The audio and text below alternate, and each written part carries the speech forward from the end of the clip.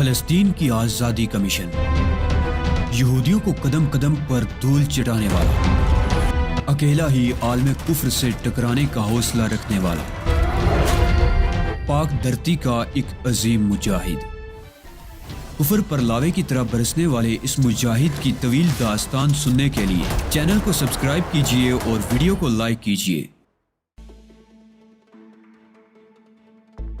Hitler کے ان نظریات کی پوری جرمن قوم حامی ہے، اسی وجہ سے یہودی لابی جرمنوں کی دشمن ہے اور میں جرمنوں کو اپنا دوست سمجھتا ہوں۔ ڈی فوسٹر بھی یہودیوں سے نفرت کرتا تھا، نہ صرف نفرت کرتا تھا بلکہ اس نے یہودیوں کے ہاتھوں ناقابل برداشت اذیتیں بھی اٹھائی تھی، اپنی عمر کا بڑا حصہ ان کی قید میں بسر کیا تھا اور آخر میں انہی کی وجہ سے موت کو گلے لگانے پر بھی مجبور ہوا تھا۔ میں ڈی فوسٹر کی موت کو عمر کے کسی حصے میں بھی فراموش نہیں کر سکتا تھا۔ اس نے جتنی اذیتیں سہی تھی اور جس قدر بے بسی سے میری آنکھوں کے سامنے موت کی آغوش میں پہنچا تھا، اس کا ذمہ دار 100% ہاروت رابیل تھا، جس سے انتقام لینے کے لیے میں بری طرح بے چین تھا۔ تہذیب کا مقصد صرف ہاروت رابیل سے فلسطینیوں کے لیے دولت کا حصول تھا، جبکہ میرے لیے اس سے ڈی فوسٹر کی موت کا انتقام لینا اولین مقصد تھا۔ باقی ہر چیز ثانوی حیثیت کی حامل ہو کر رہ گئی تھی۔ میں اپنے خیالات میں اس طرح ڈوبا کہ مجھے وقت گزرنے کا احساس ہی نہ ہو سکا۔ اسٹیمر کے عرصے پر تاریکی پھیل گئی تھی، سورج غروب ہوئے دیر ہو چکی تھی اور خنکی نے سردی کی شکل اختیار کر لی تھی۔ عرصے پر موجود مسافر سمندر کی تیز و تند سرد ہوا سے بچنے کی خاطر غالباً اسٹیمر کی نچلی منزل پر واقع کبا خانے میں جا چکے تھے۔ میں نے بھی سردی سے بچنے کے لیے وہیں جانے کا فیصلہ کیا۔ عرشے کے برعکس کبا خانے میں سمندری لہروں کا شور نہیں تھا، لیکن یہاں انسانی آوازیں اس قدر تھیں کہ ان کے سامنے سمندری لہروں کا شور ماند پڑتا نظر آ رہا تھا۔ کثرت تمباکو نوشی کے باعث کبا خانے کی فضا میں دھوئیں کے مرغولے چکراتے پھر رہے تھے۔ ماحول میں سگریٹ اور شراب کی تیز بو پھیلی ہوئی تھی۔ کچھ لوگوں کے ہاتھ میں کافی کے کپ دیکھ کر میری جان میں جان آئی، ورنہ میں تو سوچ رہا تھا کہ اگر یہاں چائے یا کافی کا رواج ہی نہ ہوا تو میں اس یخ بستہ رات میں ٹھٹر کر رہ جاؤں گا۔ کبا خانے میں لوگوں کی اکثریت میزوں اور کرسیوں پر ٹانگیں پھیلائے اونگنے اور سونے کی کوشش میں مصروف تھی۔ کبا خانے کے دروازے کے ساتھ ہی سیاہ سوٹ میں ملبوس ایک معمر شخص ٹیک لگائے بے حس و حرکت کھڑا تھا۔ اس کی نگاہیں فرش پر جمی تھی، جہاں ایک بدمست نوجوان جوڑا مخرب اخلاق حرکتیں کرنے میں مصروف تھا۔ ایک طرف چند موسیقار اپنے سازوں سے ٹیک لگائے اونگ رہے تھے۔ میں ان سب کو نظر انداز کر کے کاؤنٹر کی طرف بڑھ گیا، جہاں سے شراب کی ناگوار بو کے ساتھ ساتھ گرما گرم کافی کی سوندھی خوشبو بھی اٹھ رہی تھی۔ میں نے کاؤنٹر کے عقب میں موجود شخص کو کافی کا آرڈر دیا ہی تھا کہ عقب سے ایک ہاتھ میری کمر پر آ جما۔ میں چونک کر پلٹا۔ وہ فرانس کی بے حیا تہذیب کی شاہکار ایک نوجوان لڑکی تھی، جس کی آنکھیں نشے کی شدت سے جھکی پڑ رہی تھی۔ سرخ رنگ کے رنگے ہوئے بالوں کی لٹیں اس کے چہرے پر جول رہی تھی۔ میک اپ کے نام پر چہرے پر بھی مختلف رنگوں سے گلکاری کی گئی تھی۔ وہ یقیناً بے حد حسین نقش و نگار کی مالک رہی ہوگی، لیکن اس نے مصنوعی گلکاری کر کے اپنے آپ کو کراہت آمیز بنا لیا تھا۔ کم از کم مجھے تو یہی محسوس ہوا۔ تم نے کافی طلب کی ہے، کیوں؟ اس نے خمار آلود لہجے میں کہا۔ کیا یہ سرد رات صرف کافی کے لیے ہے؟ میں آپ کو کس نام سے مخاطب کروں خاتون؟ میں نے اس کا ہاتھ اپنی کمر سے ہٹاتے ہوئے کہا۔ ناموں میں کیا رکھا ہے؟ اس نے کہا۔ وہ بری طرح مدہوش تھی۔ ویسے تم مجھے میگی کہہ سکتے ہو، محترمہ میگی۔ رات اگر اس سے بھی زیادہ سرد ہو، میں تب بھی کافی کے علاوہ کچھ نہیں پیتا۔ تم شراب نہیں پیتے؟ لڑکی نے حیرت سے سوال کیا۔ کون سے پاگل خانے میں تھے؟ میرے ہونٹوں پر ایک تضحیک آمیز مسکراہٹ ابھر آئی۔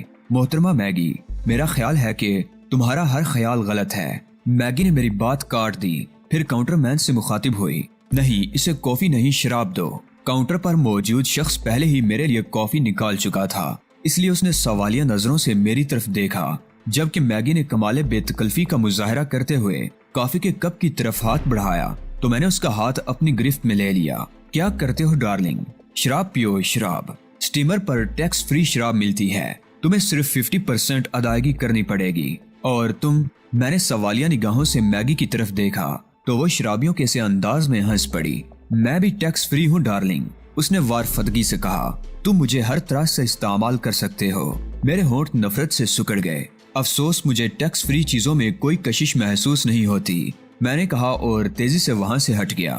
لوگوں کی باتیں سن کر مجھے معلوم ہو گیا کہ اسٹیمر رات بھر سفر کرنے کے بعد صبح تک ڈور پہنچے گا۔ کافی کی چسکیاں لیتے ہوئے میں وہاں موجود لوگوں کی خرمستیاں بھی دیکھتا جا رہا تھا۔ اس راستے سے سفر کرنے والے کچھ لوگ واقعی ایسے ہوتے ہیں جو کسی ضروری کام سے ڈنکرک سے ڈور تک کا سفر کرتے ہیں، لیکن ایسے لوگوں کی بھی کمی نہیں ہوتی جو سفر کے ساتھ ساتھ اپنی ساتھی لڑکیوں سے مستقبل کے سارے معاملات بھی اسٹیمر پر ہی طے کر لیتے ہیں، اور پھر ٹیکس فری شراب اور اس کے علاوہ ٹیکس فری لڑکیاں۔ مجھے کچھ ایسے افراد بھی نظر آئے جنہوں نے لڑکیوں جیسے منی سکرٹ پہن رکھے تھے۔ یہ سکرٹ 4 خانے والے اونی کپڑوں کے بنے ہوئے تھے۔ یہ اسکاٹ لینڈ یارڈ کے بہادر مردوں کا روایتی لباس تھا جو کلٹ کہلاتا ہے۔ لڑکیاں اس لباس پر مرتی ہیں اور یہ ان کا پسندیدہ ترین لباس ہے۔ یورپی اقوام کی یہ دیوانگی میرے لیے کوئی نئی بات نہیں تھی، کافی ختم ہو گئی۔ اس سرد موسم میں گرما گرم کافی کا ایک کپ مزہ دے گیا تھا۔ مجھے بالکل نہیں معلوم تھا کہ وہ لوگ اسٹیمر کے کس حصے میں پائے جاتے ہوں گے۔ ممکن ہے انہوں نے احتیاطاً لوگوں کے درمیان آنے سے گریز کیا ہو۔ کبا خانے کے مذموم ماحول میں زیادہ دیر رکنا میرے لیے ممکن نہیں تھا، اس لیے میں عرشے کی طرف چل پڑا۔ مجھے معلوم تھا کہ عرشے پر مجھے سخت سردی کا سامنا کرنا ہوگا، لیکن فی الحال اس کے علاوہ کوئی اور چارہ بھی نہیں تھا۔ کبا خانے کی گھٹن برداشت کرنا بھی آسان نہیں تھا۔ عرشہ ویران پڑا ہوا تھا۔ اسٹیمر کے جنگلے کے اوپر لگے ہوئے بلب جل رہے تھے جن کی مدھم روشنی عرشے کے بھیگے تختوں پر چمک رہی تھی۔ کیبنوں کے ساتھ ساتھ آرام کرسیوں کی قطار تھی جن میں سے کچھ کرسیوں پر اونی کمبل اوڑے مسافر گھٹنوں میں سر دیے سو رہے تھے۔ رودبار انگلستان کی موجیں اسٹیمر سے ٹکراتی اور ایک ہلکی سی پھوار فضا میں بلند ہو جاتی۔ میں نے رسیوں پر جھولتے ہوئے کمکموں سے پرے دیکھنے کی کوشش کی، لیکن وہاں صرف لہروں کا شور اور مکمل تاریکی تھی۔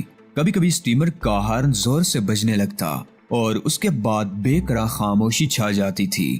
میں نے بھی اپنے لیے ایک کرسی منتخب کی اور اس پر بیٹھ کر اونگنے لگا۔ ممکن ہے کہ انہی میں سے کسی کرسی پر میرے ساتھیوں میں سے بھی کوئی موجود ہوتا، لیکن فی الوقت میں اپنے خیال کی تصدیق نہیں کر سکتا تھا۔ میں کھلی فضا میں بیٹھا ٹھٹر رہا تھا۔ میرے پاس اوڑھنے کے لیے کچھ بھی نہیں تھا۔ مجھے اپنی غلطی کا احساس ہوا۔ پیرس سے کم از کم ایک کمبل ہی خرید لینا چاہیے تھا۔ یہ قیامت خیز رات تو سکون سے بسر ہو جاتی، لیکن اب غلطی ہو ہی گئی تھی تو اسے نبھانا ہی تھا۔ وقت بہت سست رفتاری سے گزر رہا تھا۔ سردی لہجہ بلہجہ بڑھتی جا رہی تھی۔ مجھ سے کچھ فاصلے پر ایک کرسی پر پڑی ہوئی گٹھڑی میں کبھی کبھی کلبلاہٹ پیدا ہو جاتی تھی اور میں وزدیدہ نگاہوں سے اسے دیکھنے لگتا تھا کہ شاید اس طرح سردی کا اثر زائل ہو جائے۔ تھوڑی دیر بعد گٹھڑی میں ذرا زوردار کلبلاہٹ پیدا ہوئی اور گٹھڑی میں پوشیدہ شخصیت عیاں ہو گئی۔ مدھم روشنی میں نظر آنے والے خدوخال بہت حسین تھے۔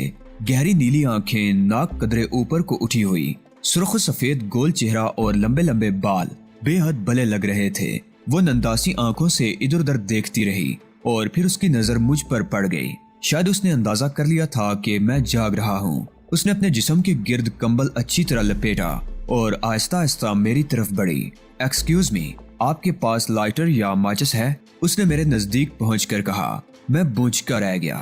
اس کی آواز بے حد باری اور مردانہ تھی۔ خدوخال سے قطعی اندازہ نہیں ہوتا تھا کہ وہ کوئی لڑکا ہے، لیکن دنیا کی کسی بھی لڑکی کی آواز اس قدر باری نہیں ہو سکتی تھی۔ مجھے اپنے اندازے کی تصحیح کرنا پڑی۔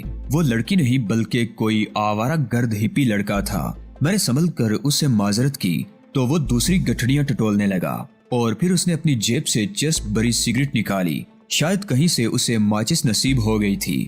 اس نے سگریٹ سلگائی تو فضا میں چرس کی بو پھیلنے لگی اور مجھے کرسی سے دستبردار ہونا پڑا۔ کرسی سے اٹھ کر میں ٹہلتا ہوا وہاں سے کافی دور ریلنگ کے ساتھ آن کھڑا ہوا۔ سمندر سے چلنے والی ہوائیں رگوں میں خون جمائے دے رہی تھی، لیکن ان ہواؤں سے بچنے کی کوئی تدبیر سمجھ میں نہیں آ رہی تھی۔ ماحول پر سکوت طاری تھا۔ معلوم نہیں تہذیب وغیرہ کہاں غائب ہو گئے تھے۔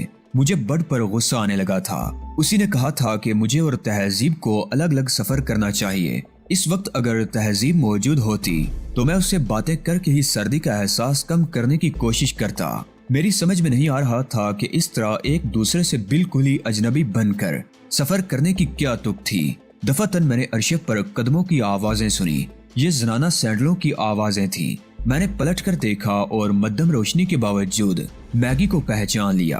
وہ میری ہی طرف آ رہی تھی۔ اوہ، یہ تم ہی ہو ناٹی بوائے جسے ٹیکس فری چیزیں پسند نہیں ہیں؟ اس نے میرے قریب پہنچ کر بہکے ہوئے لہجے میں کہا۔ تم یہاں کیا کر رہی ہو؟ میرے پاس کوئی کمبل وغیرہ نہیں ہے۔ جاؤ کبا خانے میں واپس جاؤ۔